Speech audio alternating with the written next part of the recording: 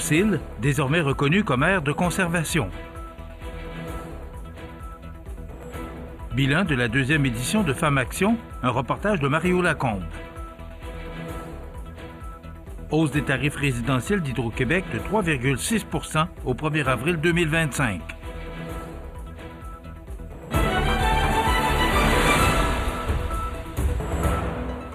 Vendredi 7 mars 2025. Bonjour mesdames et messieurs et bienvenue à votre bulletin d'information de ce vendredi sur le réseau de télévision CMA-TV. Le gouvernement du Canada vient de franchir une nouvelle étape dans ses efforts de protection de la biodiversité.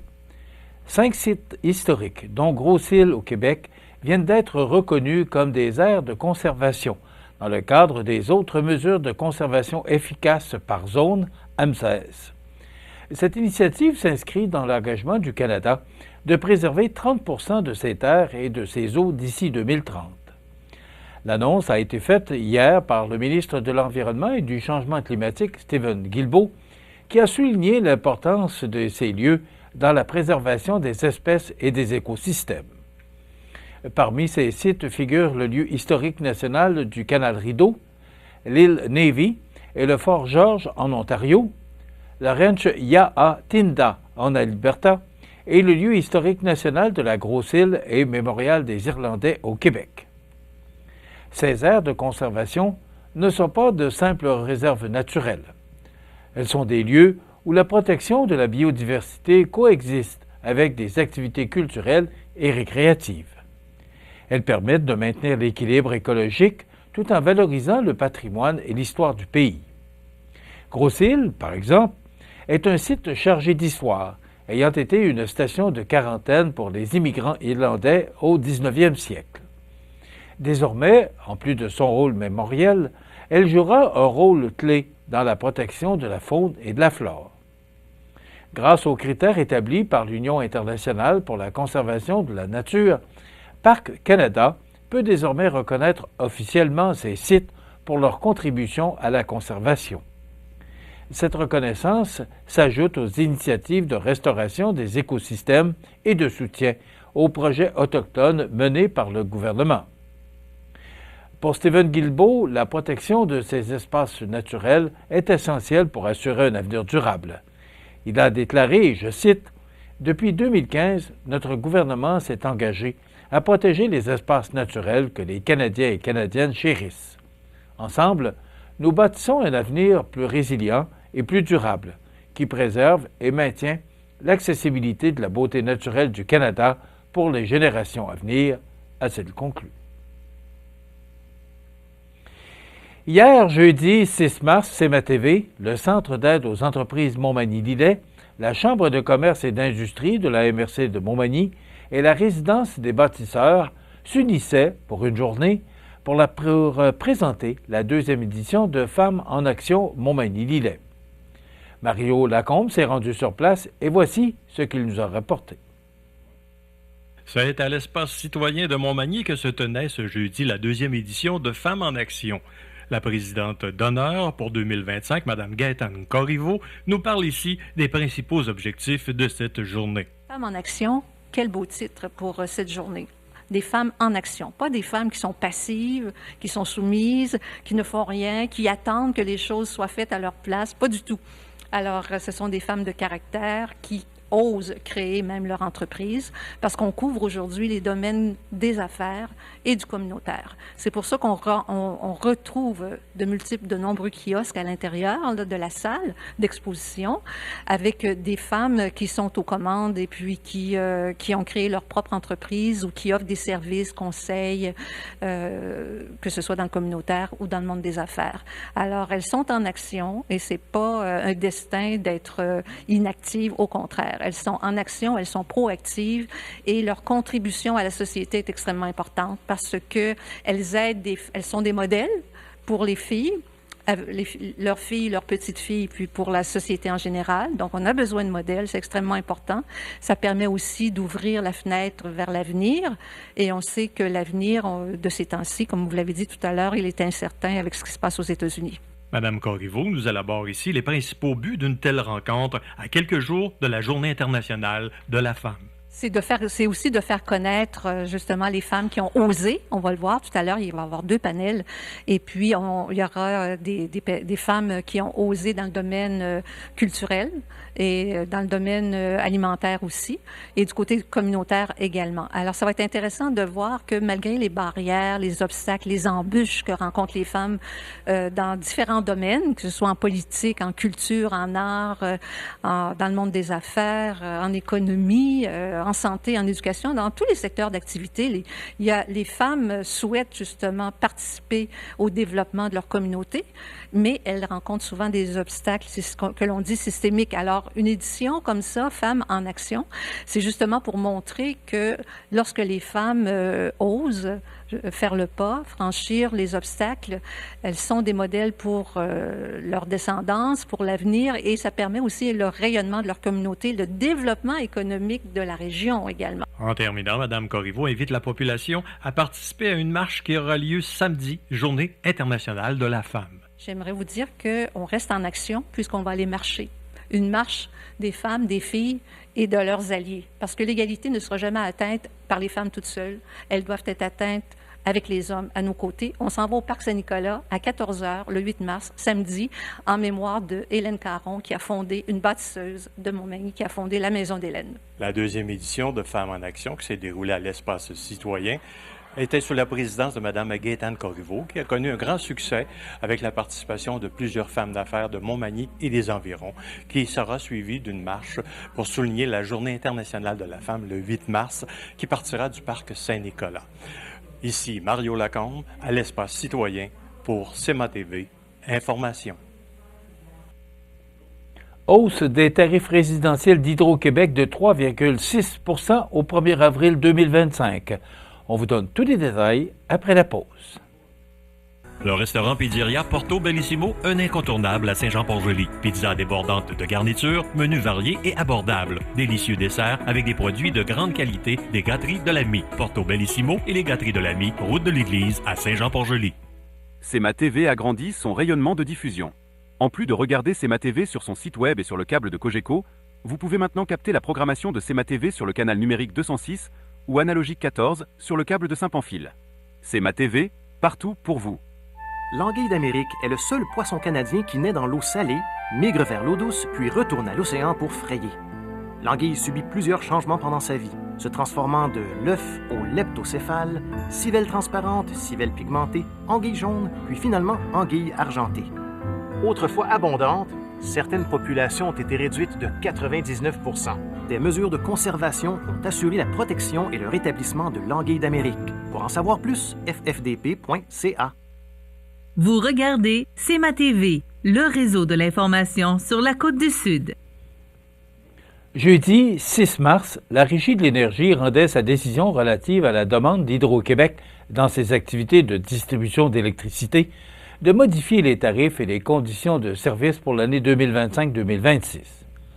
Au terme d'une audience qui s'est tenue du 5 au 13 décembre 2024, à laquelle ont participé plusieurs organismes représentant les intérêts des consommateurs et de nature environnementale, la Régie d'énergie réduit de 73,1 millions de dollars les revenus demandés par Hydro-Québec et estime la hausse tarifaire moyenne à 3,3 % qui se répartit comme suit.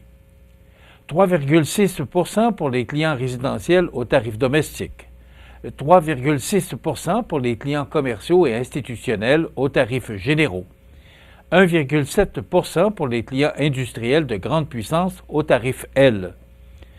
Cette hausse moyenne des tarifs d'électricité, telle qu'estimée par la Régie, s'explique essentiellement par la croissance de la demande et l'inflation qui se reflète notamment sur les coûts d'approvisionnement en électricité. La Régie de l'énergie ne retient donc pas la proposition d'Hydro-Québec de plafonner la hausse tarifaire pour les clients résidentiels à 3 %. La Régie applique le principe de récupération de l'ensemble des coûts nécessaires pour livrer le service d'électricité. Les hausses tarifaires, qui ne reflèteraient pas la croissance des revenus requis d'Hydro-Québec, sont jugées arbitraires et ne permettraient pas à la Régie de fixer des tarifs justes et raisonnables. Hydro-Québec a pris connaissance de la décision de la Régie de l'énergie d'augmenter les tarifs résidentiels à 3,6 % à compter du 1er avril 2025. Cette décision ne serait pas cohérente avec le contexte social, économique et politique du Québec. Afin de limiter les hausses de tarifs résidentiels à 3 %, cette décision sera portée en appel. Hydro-Québec devrait poursuivre l'analyse des autres éléments de cette décision au cours des prochains jours. Rappelons-nous qu'encore récemment, le premier ministre Legault s'engageait formellement à maintenir les augmentations de tarifs résidentiels à un maximum de 3 %. Les sports, présentés par Groupe Corriveau, entrepreneurs électriciens et plomberie, un appel, 4 services. Groupe Corriveau à Montmagny, 418 248 8992, votre solution. Vous avez des projets de construction ou de rénovation? Pensez Groupe Corriveau, entrepreneurs électriciens et plomberie. Un appel, 4 services, 418 248 8992, Groupe Corriveau à Montmagny ou groupecorriveau.com. La solution pour du travail bien fait.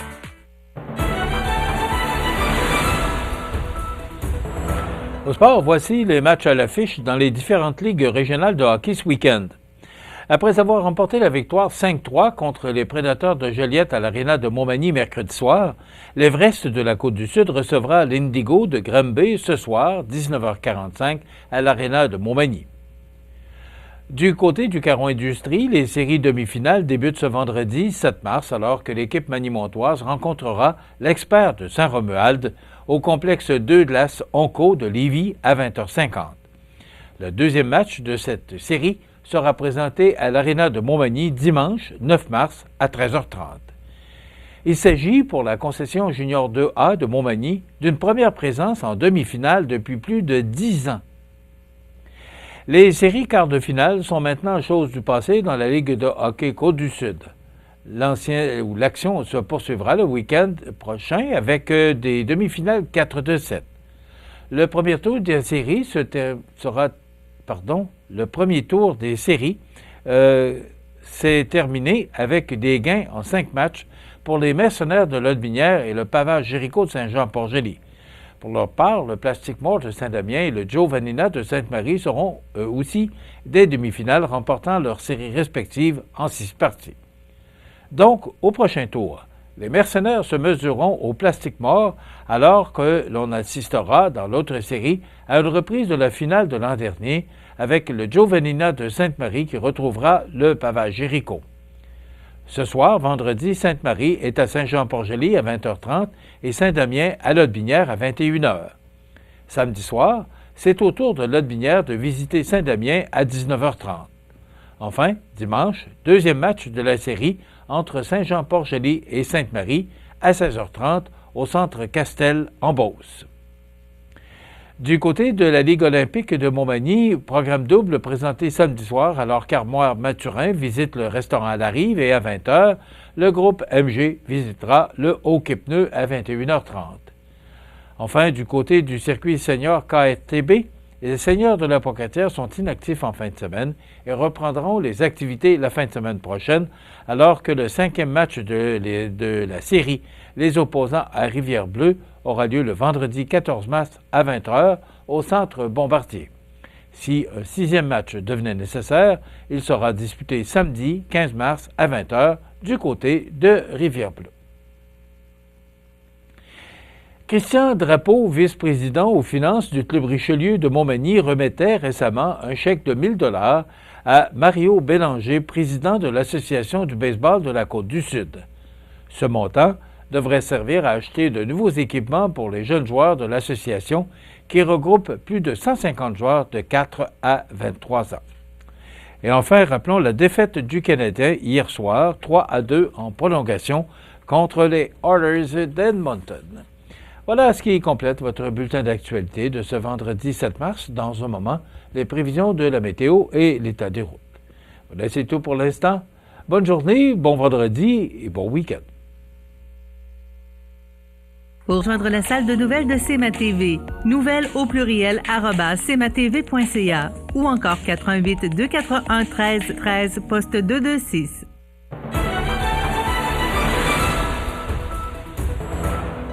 Une semaine en dents de scie. Lundi, souvenez-vous que c'était très froid. Après ça, les températures se sont adoucies. Hier, on a eu de la pluie. Là, c'est de la poudrerie qu'on a actuellement.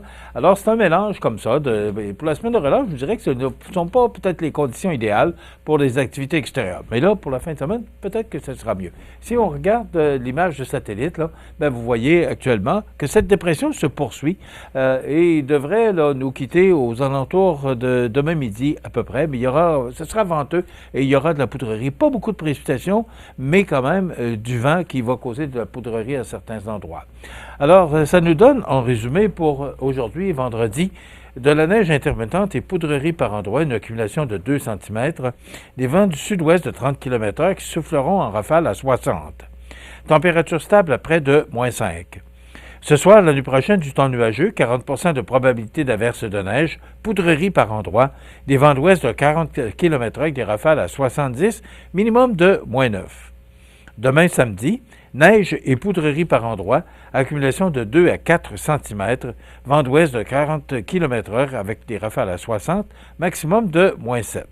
Je vous rappelle qu'on change l'heure dans la nuit de samedi à dimanche, donc on avance montre horloge d'1 heure. Dimanche, c'est du soleil avec un maximum de -3 et les températures s'adoucissent pour le début de la semaine, alors que lundi, on parle de soleil-nuage, maximum de 0, et pour mardi, du temps nuageux avec un maximum de 4 degrés. Les normales de saison, ce temps-ci de l'année, sont de -1 le jour, -12 la nuit. Le soleil s'est levé à 6h11 et se couchera à 17h36, heure normale de l'Est. Il fait actuellement -4 degrés à l'extérieur des studios de CMA-TV. Les vents soufflent quand même de direction sud-ouest à 32 km/h. On verra tout à l'heure, dans quelques instants, il y aura l'état des routes. Là, on vous donnera les conditions de nos routes dans notre région après la météo. L'humidité est à 85% et la pression barométrique est à 98,7 kPa. Donc, 2 à 4 cm de neige pour aujourd'hui. À peu près la même chose pour demain, mais ce qui va changer les conditions, ce sont les vents forts qui vont souffler aujourd'hui et demain. Et tout ça devrait être chose du passé pour dimanche. Maintenant, le menu de cette émission du vendredi 7 mars, dans un moment, vous présente la chronique Parlons santé, avec Daniel Lachance, pharmacien. Et après quoi, on sera à Montjoly pour vous présenter une autre série de découvertes de nos télés régionales. Bien sûr, la fin de l'émission, on parlera d'actualité de ce vendredi 7 mars. Mais c'est le menu de cette émission. Il y aura bien sûr les avis de décès en fin d'émission. Je vous souhaite donc une excellente émission à notre antenne.